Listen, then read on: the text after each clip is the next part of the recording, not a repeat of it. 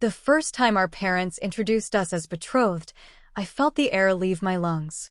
I had imagined love, passionate, heart-stopping, and mutual love, but standing in front of Killian, my fiancé-to-be, all I felt was dread. Killian's cold, hard eyes appraised me with something bordering on disgust. He wasn't rude to me, not outright, but his silence was louder than words. "This is for the best, Amelia," my mother had said, squeezing my hand as we drove home. "The Greys are a powerful family. This marriage will secure your future." But no one asked if I wanted this future. Our wedding was a grand affair, celebrated by society but devoid of warmth. Killian barely looked at me as we said our vows, and during our first dance, he whispered, "Don't expect anything from me." My life after the wedding was a nightmare disguised as opulence. Killian's mother, Amelia Grey, treated me like an unwelcome guest in my own home. Every morning, I would wake up to passive-aggressive comments about my appearance, my habits, or my family's lack of refinement. Killian, meanwhile, barely came home leaving me under the protection of his mother. He ignored me completely, unless we were in public, where we played the part of the perfect couple. He was cruel in his indifference, making it clear that he had only agreed to the marriage because of his father's will, which stipulated that he would only inherit the family fortune if he married within a year. Years passed, and I grew accustomed to her gilded cage. But then came the clause in our marriage contract. We were required to produce an heir within 5 years of marriage. Killian was livid when his lawyer reminded him of this condition. "We'll get it over with," he spat one evening, his voice dripping with venom. Our intimacy was cold and mechanical, leaving me feeling hollow. But fate wasn't kind. 2 weeks later, it felt like a chore. He input into our schedules the days we had to share intimacy and the time. After we were done, he would roll over, dress, and leave. I wouldn't hear from him to our next scheduled date. The day I found out I was pregnant, I wept. My pregnancy was a difficult one. I was constantly nauseous, my feet swelled painfully, and my blood pressure spiked dangerously. By my 3rd trimester, my doctor ordered complete bed rest. Killian rarely checked on me. Irene took every opportunity to remind me that I was weak and inconvenient. Alone in my room, I cried myself to sleep most nights, feeling the weight of my isolation. All I wanted was my mother in this difficult time of my life, but they had ostracized me from my own parents. Killian and Irene had effectively cut off all contact and isolated me completely. When my labor began, panic set in. The bright lights, the sterile smell, and the beeping monitors blurred together as pain racked my body. And then came the words that broke me. "I hope you die," Killian whispered as I struggled to push the baby into the world. His voice was calm, almost conversational, but the malice behind it pierced my soul. Tears slid down my cheeks as I mustered the strength to bring our child into the world. The room spun as the baby's cries filled the air, but I could barely process it. My vision blurred, my body felt weak, and a crushing sadness enveloped me. The last thing I heard before succumbing to unconsciousness were the nurse's urgent calls and the baby's frantic cries. When I woke up, my body ached and my mind was foggy. I was met with the concerned face of a nurse standing by my bedside. "You're awake," the nurse said softly. "My baby? How long was I out?" I asked her.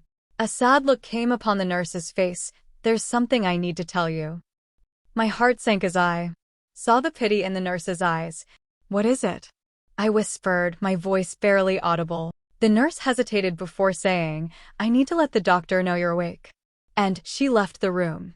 After the doctor had checked me up and confirmed I was doing well, the nurse came back in, took a seat, and said, "Your husband, he's taken your son.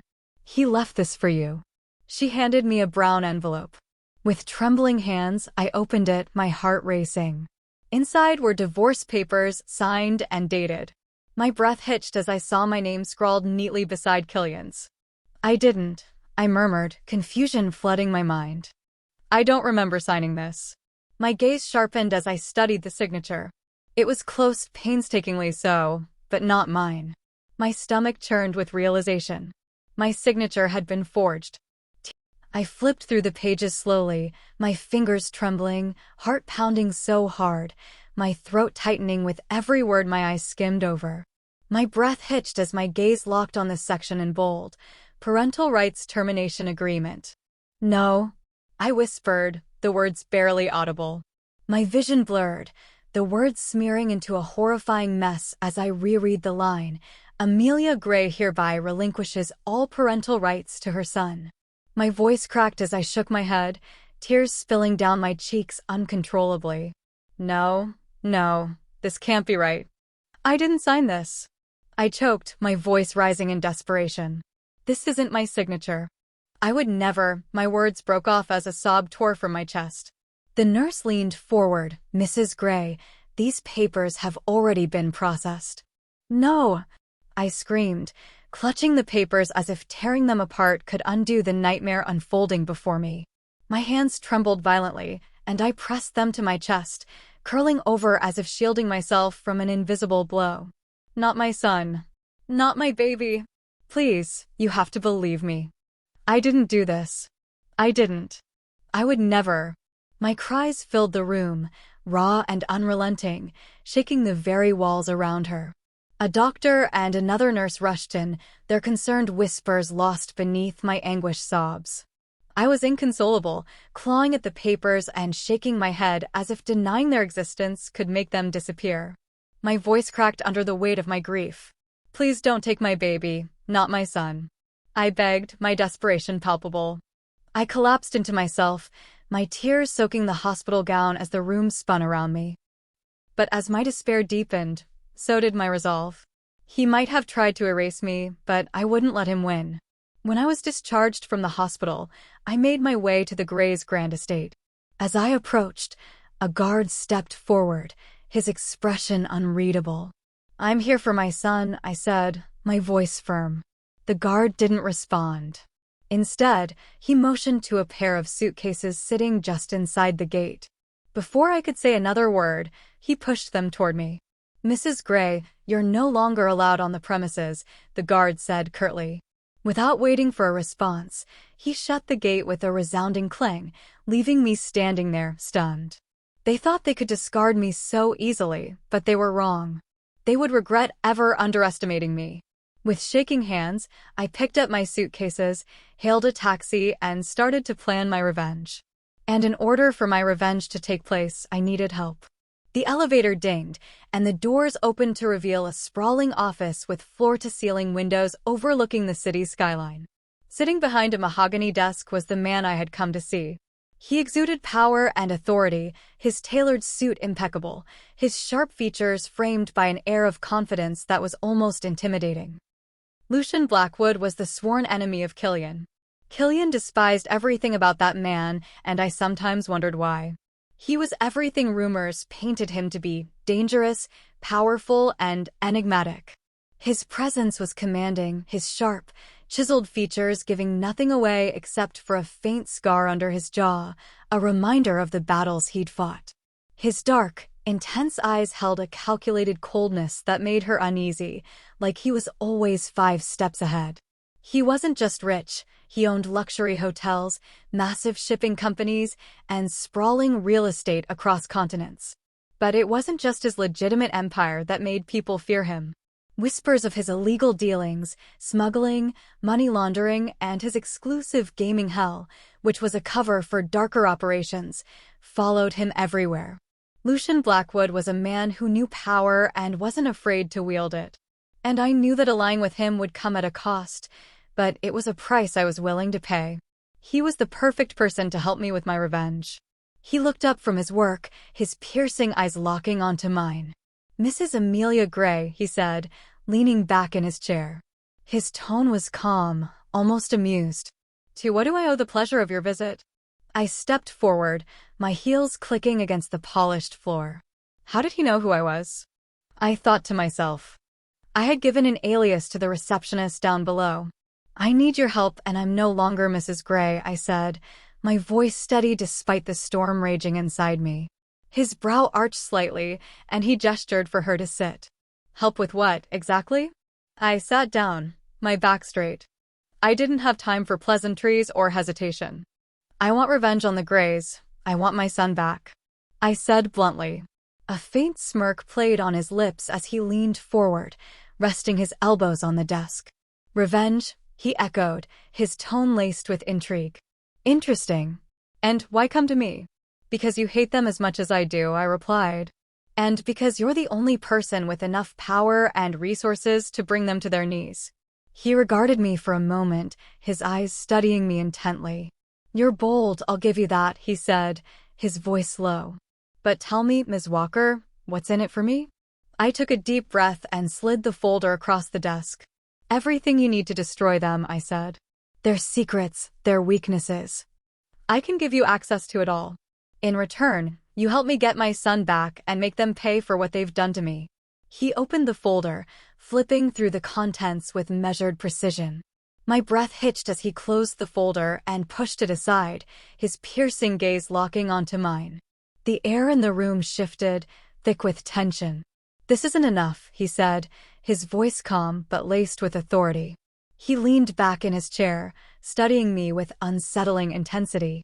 If you want my help, I want more. My brows furrowed, my stomach twisting. What do you mean? I asked cautiously, though I had a sinking feeling I already knew. He smiled, slow and deliberate, his eyes never leaving mine. I want you. The room felt suddenly smaller, the weight of his words crashing into me. You want me. I repeated, my voice barely above a whisper. Your loyalty, your time, your presence, he clarified, though his tone left room for interpretation. If I'm going to risk my resources, my reputation, and my war against the Greys for you, I want something equally valuable in return. My heart raced. This wasn't what I had expected. I'd come here prepared to bargain with secrets and documents, not myself. I squared my shoulders, forcing myself to meet his gaze. I'm not a pawn to be traded, I said firmly. He tilted his head, a flicker of amusement crossing his face. No, you're not. But think carefully, Amelia Walker. You came to me, desperate for my help. And I don't help for free. My mind raced.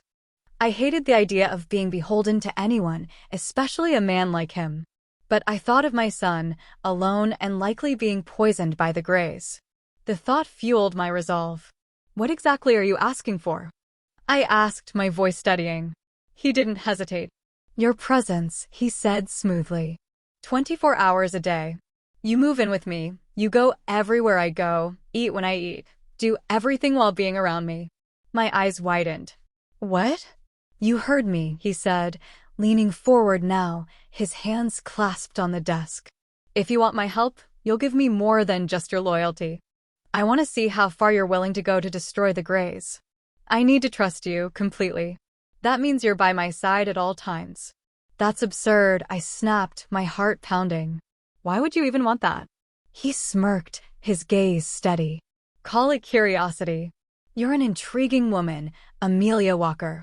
And if I'm going to commit myself to your cause, I need to know what you're truly made of. So, what will it be? My hands clenched into fists on my lap. The proposal was humiliating, invasive, and entirely unnecessary, or so it seemed. Yet, as much as I hated it, I knew I didn't have the luxury of walking away. I thought of my son. I thought of the Greys, smug and untouchable. And I thought of myself, standing at the edge of a precipice with no choice but to leap. Fine, I said through gritted teeth, my voice low but steady. I'll do it. I'll stay by your side, 24 hours a day. But know this, I'm not doing it for you. I'm doing it for my son. He chuckled softly, the sound sending a chill down my spine. Fair enough, he said, standing and extending a hand toward me. Then we have a deal. Reluctantly, I took his hand, my grip firm. We have a deal, I echoed, sealing a partnership that would change everything. After the deal was struck, I found myself settling into a world I never imagined, a world where my every move was tracked, my every second accounted for. Lucian wasted no time. The following morning, I moved into his sprawling estate, the walls high with state-of-the-art security, the city far away. It wasn't a home, it was a fortress. Breakfast with him became a daily ritual. I sat across from him at the grand table, the silence between us thick, his eyes never leaving mine as he sipped his coffee. He didn't ask about my past, and I didn't offer anything. But every look, Every word, every move he made hinted at the fact that he was studying me, as if I were another puzzle to solve. My days became a mirror of his. He moved through his empire with a cool, unwavering intensity, meetings, calls, business deals that left me in awe of his influence. He was always in control, always precise, and every second of my life now seemed to orbit around him. At first, it was disorienting, but soon I grew accustomed to the rhythm of his life. I followed him everywhere: business lunches, board meetings, even his private meetings with clients, never once questioning his authority, even though a part of me wanted to rebel. But it was when he finally decided to introduce me to his underground world that the full weight of our arrangement began to hit me. It was late one evening when Lucian took me to a nondescript building nestled between a row of high-end shops. The door opened with a soft click as they entered, and a thick, stale air hit me. I had expected something grand, but what I saw shocked me. The space stretched far beyond the front door, filled with velvet ropes, dim lighting, and the faint sound of clinking chips. But it was the faces that made me pause: men and women dressed in fine suits and glittering jewelry, their eyes darkened by the world they inhabited. This was his world, the one he had built beneath the surface, and now I was standing in the heart of it. "Welcome to my gaming hell," Lucian said, his voice low, eyes scanning the room with a look of ownership. "This is where the powerful come to gamble away more than money. It's a game of power here, Amelia. You win, you rise. You lose, you pay the price." The air buzzed with tension. I could see it now: the luxury, the high stakes, the risks. Lucian led me through the room, his presence parting the crowd. I was a silent observer, taking it all in, but every move he made, every person he spoke to, only added layers to the mystery of the man I was bound to. "Don't get too comfortable here," he warned me quietly as we stopped at the back of the room. "This place isn't for the faint of heart. The stakes are higher than you think, and it's not just money being gambled with." I nodded, my pulse racing. The world Lucian had opened to me was dangerous, and I was beginning to understand the depths of it. I had come here for revenge, but the closer I got to Lucian's world, the more I realized I was playing a game far more complicated than I had anticipated. My gaze landed on a table next to us. "That's the poker table," he said from beside me. "Can I?" I asked, hesitant. "What's on the line?" "Pardon?" I lifted my head to look at him. "You don't play in my hell without anything or everything on the line." I gulped and turned to look around at the people. "Everything," I said quietly. He hummed, "Let's play, but not here." "Let's go up to my suite," he said as he ushered me to a corner that housed a hidden staircase.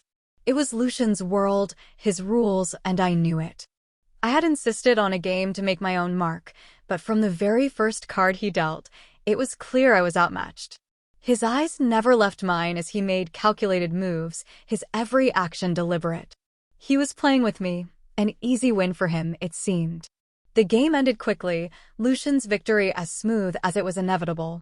My eyes narrowed as I glanced at her cards, then at him. "You cheated," I said, my voice sharp, trying to mask the twinge of frustration that flared in my chest. It seemed I hated losing. Lucian leaned back in his chair, a slow, almost imperceptible smirk playing at the corners of his lips. His gaze never wavered from my face, his intensity heightening the tension between us.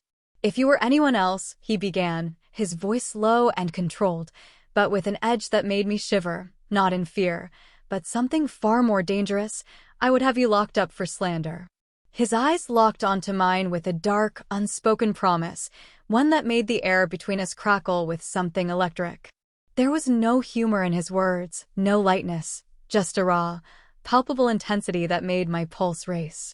The silence stretched, and for a moment, it felt like the world was holding its breath, waiting for something to break. I exhaled sharply, my heart pounding, but I refused to back down. I wasn't here to be intimidated. My patience was wearing thin, though.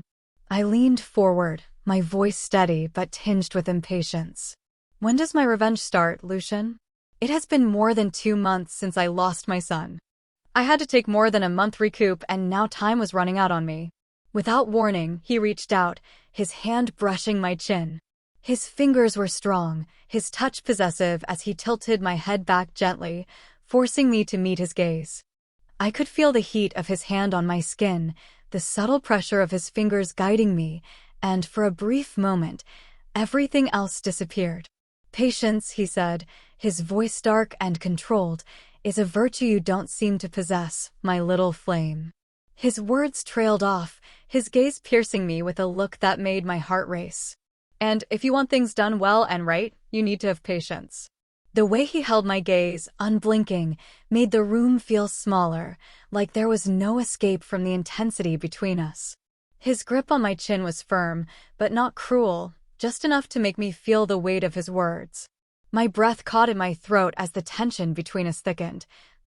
And I couldn't help but feel a spark, something raw and undeniable, that surged through me. But I refused to show any weakness.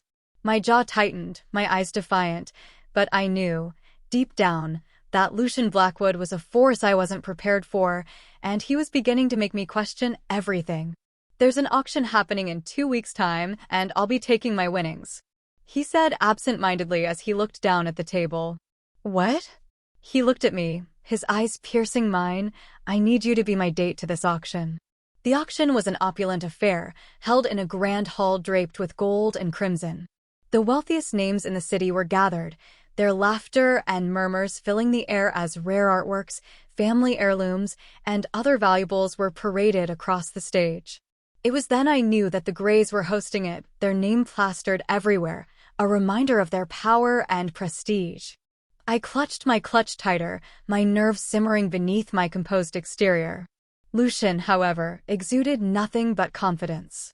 He stood beside me, his dark suit immaculate, his every move deliberate. He guided me through the room with a hand at the small of my back, drawing eyes as they passed. When we entered the main hall, it didn't take long for me to spot Killian. He was seated near the front, his arm draped possessively over a woman I recognized immediately, Mara, the woman Irene always said was Killian's one true love. My breath hitched. The sight of Killian, laughing softly with Mara, made my stomach churn. It wasn't jealousy, it was the sting of betrayal and anger all over again. When Killian's eyes met mine, the change in his demeanor was instant. His smile vanished, his jaw tightened, and his gaze burned with anger as it flicked between me and Lucian. Lucian, for his part, seemed unbothered by Killian's reaction. In fact, he leaned in slightly toward me, his lips brushing my ear as he murmured, "Let him seethe, my little flame. Tonight is only the beginning." I didn't have time to respond as the auction began. Rare artwork after rare artwork was displayed, the bidding heated. I took a look around, my eyes narrowed on a few people. Recognition settled in me when I noticed it was Lucian's people, sharp-dressed men and women scattered through the room, each blending seamlessly into the crowd. I didn't know their purpose, but their presence unsettled me. The main attraction of the evening, a collection of rare Renaissance paintings, was unveiled with great fanfare. The Greys' pride radiated from the stage, their smug smiles like a declaration of their dominance. Lucian casually placed a bid on one of the paintings, his calm demeanor never faltering. Killian's glare grew darker, especially when Lucian won the bid without breaking a sweat. But it wasn't the purchase that sparked the chaos. Minutes after the auction closed, whispers began to ripple through the room. Someone had noticed something off about one of the paintings. The murmur grew louder, escalating into shouts as one by one, the paintings were revealed to be forgeries, cheap imitations of the originals. Irene's composure cracked first. Her sharp voice cut through the chaos as she demanded explanations from the staff, her outrage palpable. Killian, too, was visibly unsettled, though he tried to maintain a facade of control. Caught in the middle of the growing storm, I felt my chest tighten. I looked toward Lucian, searching for some kind of clue as to what was happening. I found him lounging in his seat, completely unbothered by the uproar. His wine glass hovered near his lips, the faintest smirk playing on his face. When our eyes met, he raised his glass slightly in a mock toast, his expression smug and dangerous.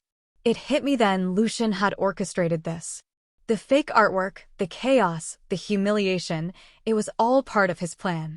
As accusations and threats flew, I leaned toward him, my voice low but urgent. What did you do? Lucian's smirk deepened, his tone casual. I gave them a taste of what's to come. You wanted revenge, my little flame. Consider this the opening act. My heart raced. The ruination of the Greys had begun, and Lucian was at the helm, steering them straight into destruction. The tension in the air was suffocating as Killian stormed over to where Lucian and I were seated. His jaw was clenched, his eyes blazing with fury as they locked onto Lucian. This has your name written all over it, you bastard, Killian snarled, his voice barely contained. Lucian, lounging comfortably in his chair, swirled the wine in his glass, his expression unbothered. He finally looked up at Killian with a slow, calculated smile. Prove it, he said coolly, his voice dripping with disdain. The calmness in his tone was more threatening than any shout could be. Killian's fists clenched at his sides, his anger palpable as his gaze shifted to me. His hatred and contempt were etched into every line of his face. And you, he spat, his voice filled with venom. You've sunk even lower than I thought, sitting here with him. He took a step toward me, his posture menacing. I tensed, my breath catching in my throat, but before I could react, Lucian rose to his full height. He moved in front of me, his broad shoulders blocking Killian's path. His entire demeanor changed. Gone was the relaxed man from moments before. His presence was menacing, his gaze cold and lethal. Step away, Lucian warned, his voice deadly quiet, yet carrying enough weight to make Killian hesitate for a fraction of a second. Or you'll regret it. Killian's eyes burned with rage as he glared at Lucian, but he didn't dare take another step forward. Instead, he smirked cruelly and shifted his gaze back to me. You want your son? He said, his voice mockingly soft. He sure is loving his new mother right now in the break room. The words hit me like a blow. Tears welled in my eyes as Killian turned on his heel and began walking away. Wait, I cried, taking a step forward, my voice desperate. I tried to follow him, but Lucian's hand shot out, capturing my waist. He pulled me back gently but firmly, his grip unyielding. Let me go, Lucian, I pleaded. I need to see him. I need my son. Lucian's other hand came up to cradle my face, forcing me to look at him. His gaze was intense, his voice steady but commanding. Calm down, Amelia. Losing control now won't help you. My people have checked everywhere, he's not here. I told you, patience. You'll get him back. But you need to trust me. My chest heaved with heavy breaths. For a moment I felt trapped, helpless, and broken. But the resolute fire in Lucian's eyes was unshakable, grounding me in a way I didn't expect. I nodded weakly, my body trembling, and he slowly released me, his hands lingering for a moment longer than necessary. Killian disappeared into the crowd, but the fire inside me didn't. It burned brighter now, fed by his cruelty. And as Lucian guided me out of the chaos, I silently vowed that I would do whatever it took to get my son back and destroy the Greys for good. The next morning, I sat at the long dining table, savoring a quiet breakfast while sunlight streamed through the wide windows. I was stirring my coffee lazily when Lucian strode into the room, every step radiating controlled power. Without a word, he placed an iPad on the table beside my plate. I gave it a brief glance, uninterested, before turning back to my food. However, something caught my attention in the corner of my eye. My hand froze midair, toast suspended, as my gaze shot back to the iPad. The headline made my stomach churn. Trouble in Paradise? The Greys face public humiliation after divorce scandal. My breath hitched as I read on. It detailed mine and Killian's supposed bitter split, and how I had appeared at the auction arm-in-arm with Lucian Blackwood, Killian's sworn rival, hoping to make Killian jealous. The article gleefully outlined the chaos that unfolded at the auction, calling it a humiliating spectacle for the once untouchable Grey family. My pulse quickened, hands trembled as I gripped the iPad tightly. This, I started. Lucian, leaning casually against the table with a coffee cup in hand, smirked at my reaction. Making headlines already, my little flame? He drawled, taking a slow sip. I turned to him, my voice rising.